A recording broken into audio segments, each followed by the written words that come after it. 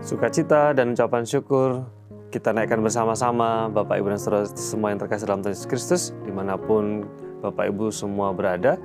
Tentu saja hari ini adalah hari yang wajib dan patut kita syukuri karena rahmat dan kemurahan Tuhan.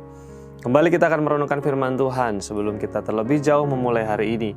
Dan masih di perikop yang sama, yaitu pertobatan Saulus, tetapi melihat dari sisi yang berbeda atau angle yang berbeda, yaitu berkaitan dengan gereja Tuhan atau orang percaya. Di dua renungan sebelumnya kita sudah belajar bahwa gereja disebut sebagai murid-murid atau orang yang sedang mengikuti teladan Yesus, tetapi juga gereja disebut sebagai pengikut jalan Tuhan. Orang yang mengikuti jejak-jejak yang ditinggalkan oleh Yesus Kristus Tuhan kita. Lalu kemudian masih melanjutkan dalam pemikiran dan tema yang sama, bagaimana natur atau hakikat gereja itu. Satu bagian firman Tuhan, sekali lagi di perikop yang sama, di dua ayat, yaitu ayat 4 dan ayat yang kelima, ini adalah kisah lanjutan ketika Tuhan menampakkan diri kepada Saulus pada waktu ia berjalan menuju kota Damsyik.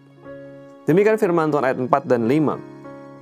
Ia rebah ke tanah dan kedengaranlah olehnya suatu suara yang berkata kepadanya, "Saulus, Saulus, mengapa engkau menganiaya aku?"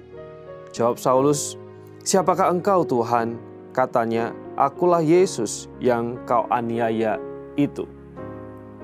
Ketika Saulus berjumpa dengan Tuhan pada waktu itu, ada terang yang begitu terang, yang begitu menyilaukan. Lalu kemudian kedengaran suara dari langit, "Saulus, Saulus, mengapa engkau menganiaya aku?" Dan di dalam ayat yang kelima dijelaskan bahwa suara itu berasal dari Yesus. Bapak Ibu, secara kronologis kisah ini terjadi setelah Yesus Kristus disalib, kemudian bangkit, kemudian naik ke surga dan Roh Kudus turun. Jadi kisah tentang bagaimana penganiayaan Yesus sudah terjadi di masa lalu Paulus. Sedangkan ada banyak kemungkinan Saulus tidak terlibat di dalam menganiaya Yesus karena dikerjakan oleh tentara Roma. Tetapi kenapa Tuhan Yesus mengatakan, "Mengapa engkau menganiaya aku, hai Saulus?" Tentu saja ini tidak merujuk kepada tubuh fisiknya Yesus Kristus, tetapi tidak lain dan tidak bukan ketika Tuhan Yesus mengatakan, "Mengapa engkau menganiaya aku?" merujuk kepada tubuh rohaninya atau gereja yang adalah tubuh Kristus.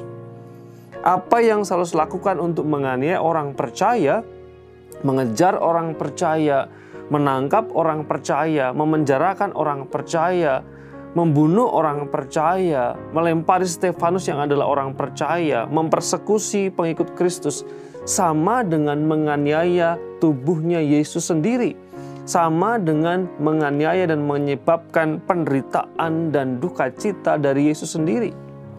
Kebenaran yang kita lihat di sini adalah bahwa gereja, orang percaya adalah tubuhnya Kristus. Apa yang dialami, apa yang dirasakan oleh gereja, apa yang dialami dan dirasakan oleh orang percaya juga dirasakan oleh Tuhan Yesus. Bapak, Ibu, dan Saudara yang terkasih dalam Tuhan Yesus, bukankah ini sesuatu yang membuat kita itu bersyukur bahwa Tuhan kita ikut merasakan dan peduli apa yang kita rasakan sebagai umatnya. Ketika kita sebagai orang percaya susah karena iman kita, karena penderitaan yang didatangkan, karena pilihan iman kita, karena iman keyakinan kita sebagai orang percaya, kita susah dan menderita.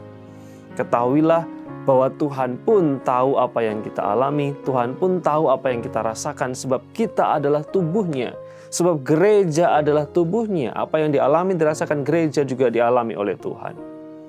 Kiranya firman Tuhan ini menguatkan kita bahwa kalau kita susah, menderita, berjuang, kita tidak sendiri, bahkan Tuhan kita peduli, berempati, dan ikut merasakan apa yang kita rasakan. Kemurahan dan anugerah Tuhan atas Bapak, Ibu, dan Saudara semua dimanapun kita semua berada. Mari kita berdoa. Terima kasih, kami bersyukur karena kami belajar firman Tuhan yang mengajarkan bahwa gereja, orang percaya adalah tubuh Kristus. Tuhan ikut merasakan apa yang kami rasakan di dalam perjuangan dan penderitaan, bahkan kesulitan karena konsekuensi iman kami. Biarlah kami kuat dan mendapatkan anugerah Tuhan di sepanjang hari ini. Dalam nama Yesus kami berdoa. Amin.